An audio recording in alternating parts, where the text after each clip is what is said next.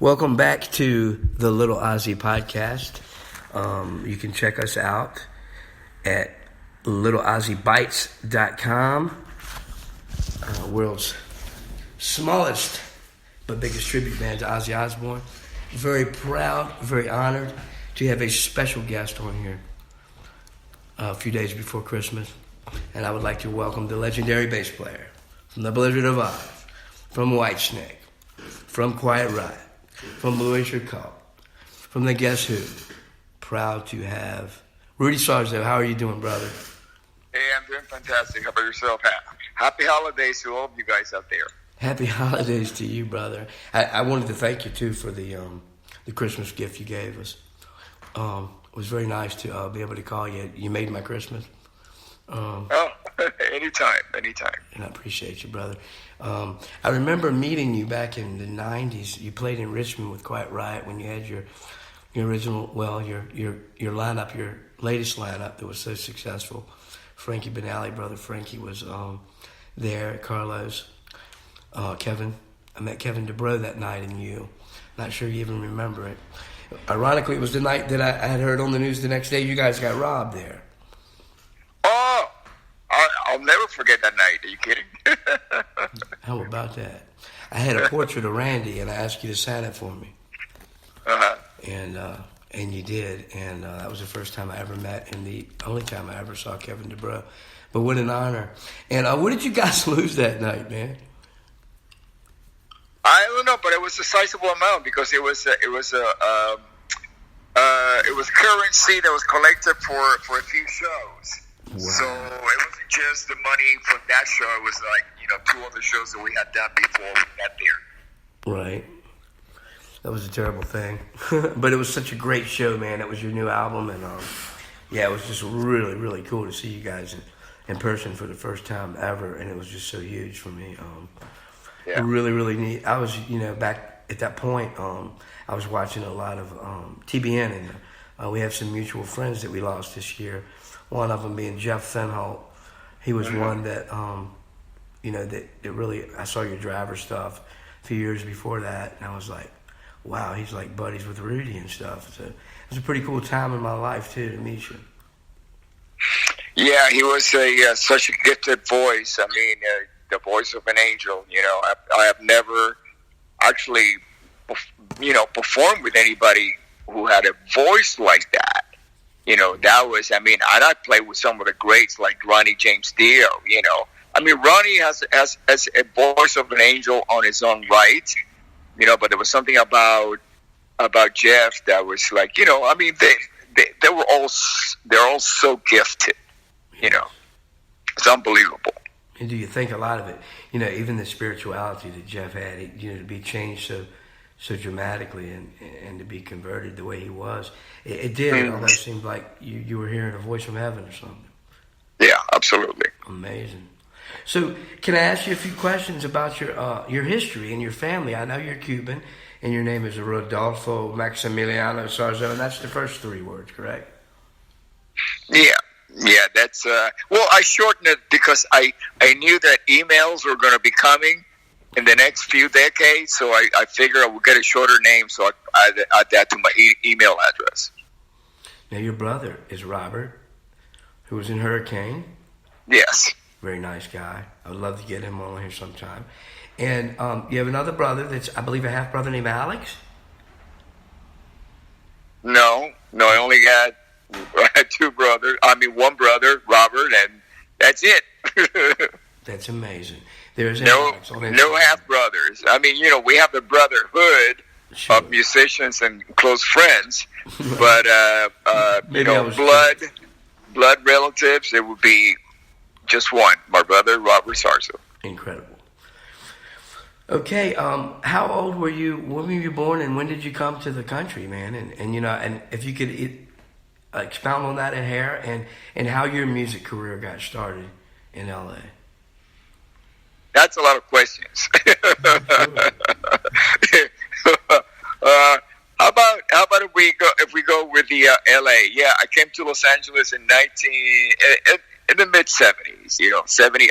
Because I traveled to LA one time, my first time, and then stay here for about a month, and then I went back to the Midwest and started touring in the Midwest because I realized that I needed some money before I got to LA and settled down. So I went out and played the Midwest circuit and came back to LA like the following year. Wow. And I've been here ever since, 1976. When you started touring, who were you touring with? Oh, it was just bar bands. Okay. Frank Benelli was in one of them, and for a while, and some other guys, and just making some money and getting some experience under my belt playing the Midwest bar scene. Incredible. And how did you meet Randy Rhoads for the first time? What was that like? Well, I met him at the Quiet Riot audition that I did in 1970. 77, 78, 78, 78, 77. I have to look at my memoirs and get all the dates exactly. But the band disbanded by 1979, so it could have been 78. Wow. Because I played with them 78, 79. No. And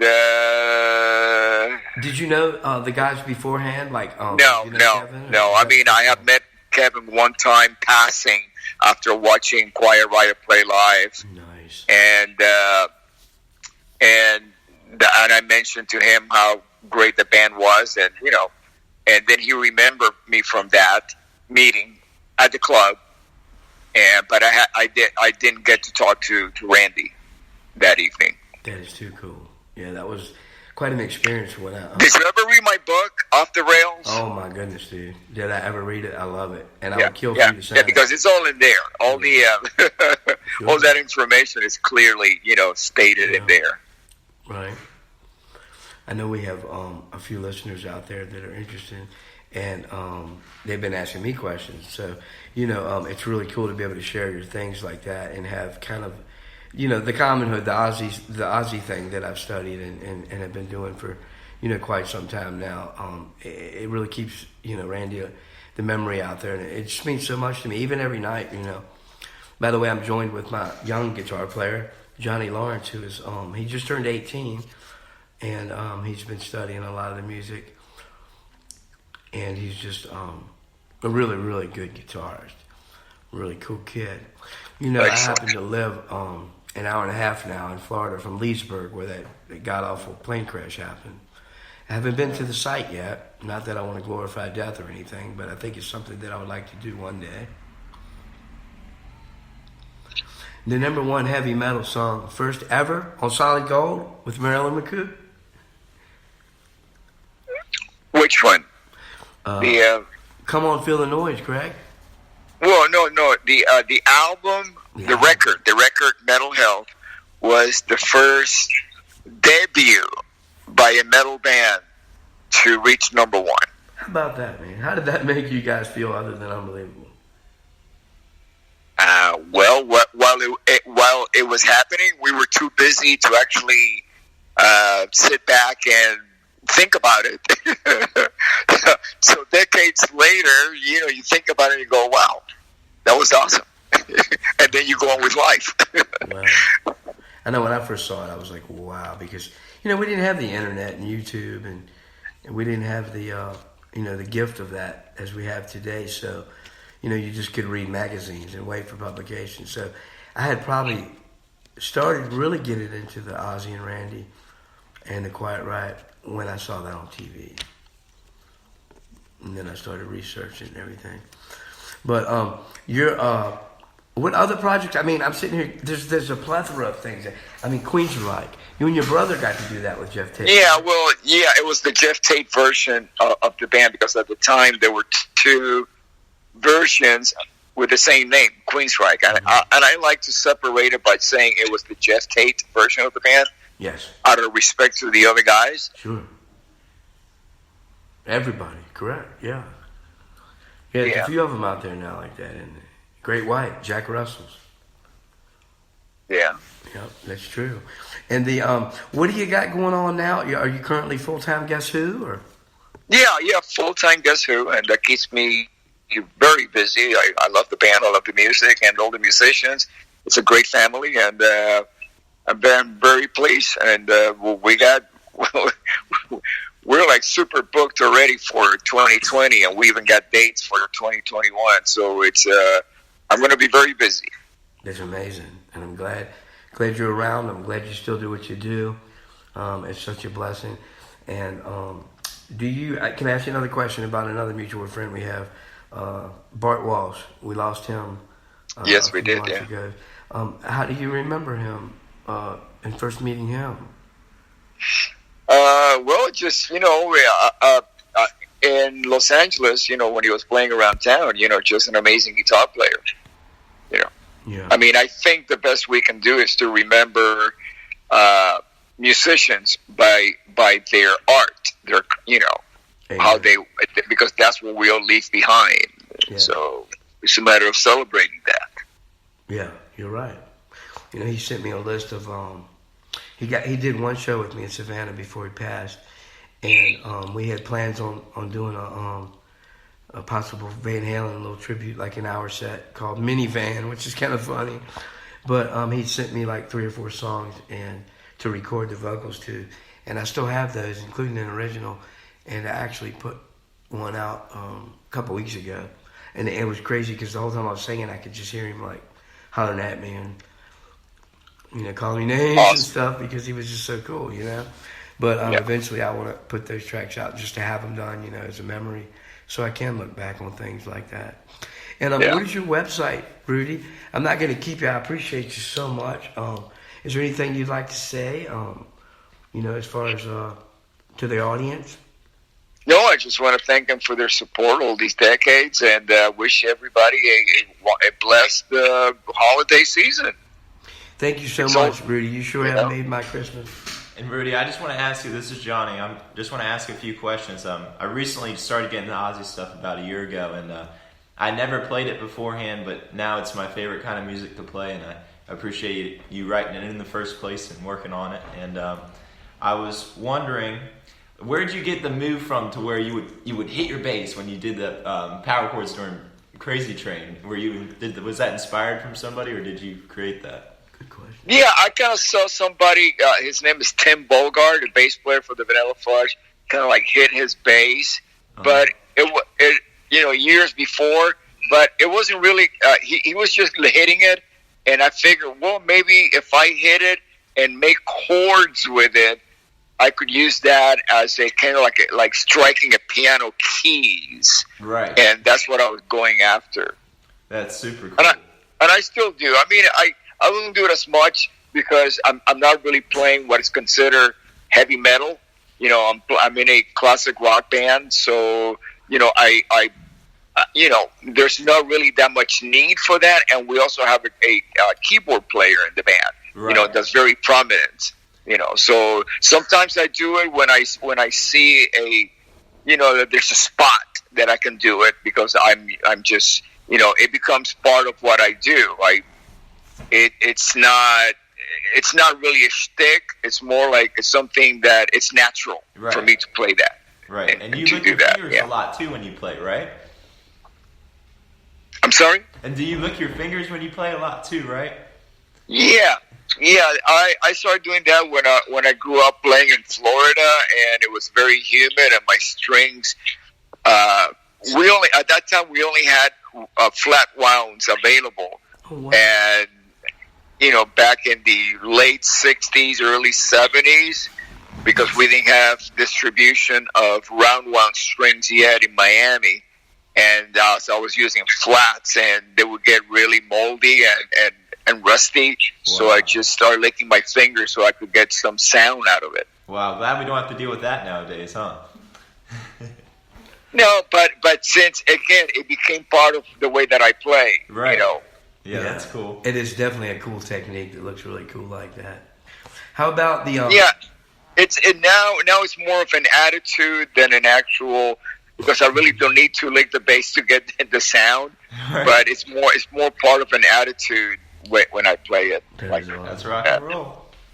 Now I'm gonna close out, and I just want to ask you one more question about the project that was extremely cool And what happened, man, I believe it was Tommy Aldridge, you, Jeff Fenholt, and Craig Goldie, who I've also interviewed. What a wonderful, sweet person he is. Driver. I'm going to play a song by them. Okay, cool. Is that a demo? It's called Rock the World? Yeah, that would be a demo. Yes. Because none of the music was officially released. So yeah, awesome. Incredible music. Was that a fun time? I'm sure it had to have been. Yeah, it was a lot of fun. Of course, Craig Goldie on guitars, and of course Tommy Aldridge and Jeff Fenholt. Yeah. It's like the Blizzard of Oz without Randy and Ozzy. How cool. Well, I mean, Tommy and I, we played in a few bands together besides Ozzy. Right. We also played in Whitesnake, and we played in Manny Keaton. Really? And of course, and then the Mars Driver with Tony McAlpine. So I did hear some of that. That was incredible. Yeah. And just one more question for you. So, when you were writing with Randy, and I watched an interview with Sweetwater when you were talking about how he wrote Diary of a Madman from the soundtrack from a documentary he was writing. Did you experience that out of the box, writing? Well, yeah, my experience with Randy Rhoads writing was during the Quiet Riot years. Not necessarily with Ozzy, because I was not in the band at the time when they recorded Blizzard of Oz and Speak of the Devil. I hear you. Cool. Yeah, that was. Well, thank you so much for taking your time out, and I wish you a blessed Christmas, brother. You too. God bless you all. I love your Merry Christmas. Your attitude, your love for pets, your dogs, and it's a pleasure having you on. And thank you so much. Show too. Thank you for having me. Thank you, brother. Have a good day. Thank you. Peace out. You too. Bye bye. Bye bye. Bye bye.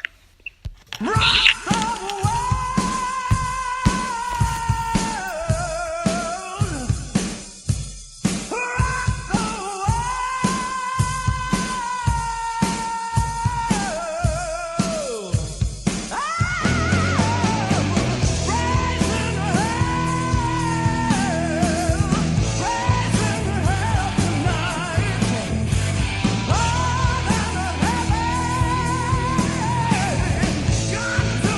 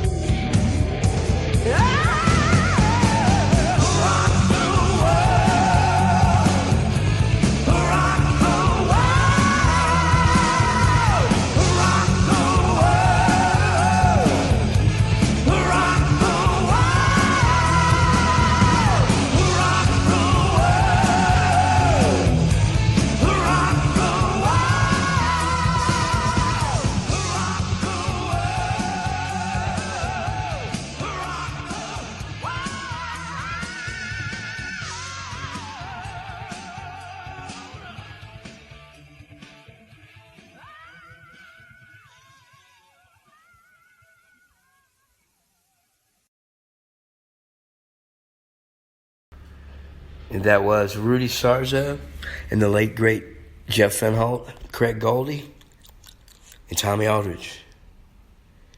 What a pleasure to have Rudy Sarzo on the show. And we look forward to our next show, which you'll see who it is. It's a surprise. It's going to be great. Y'all have a good day. LittleOzzyBites.com.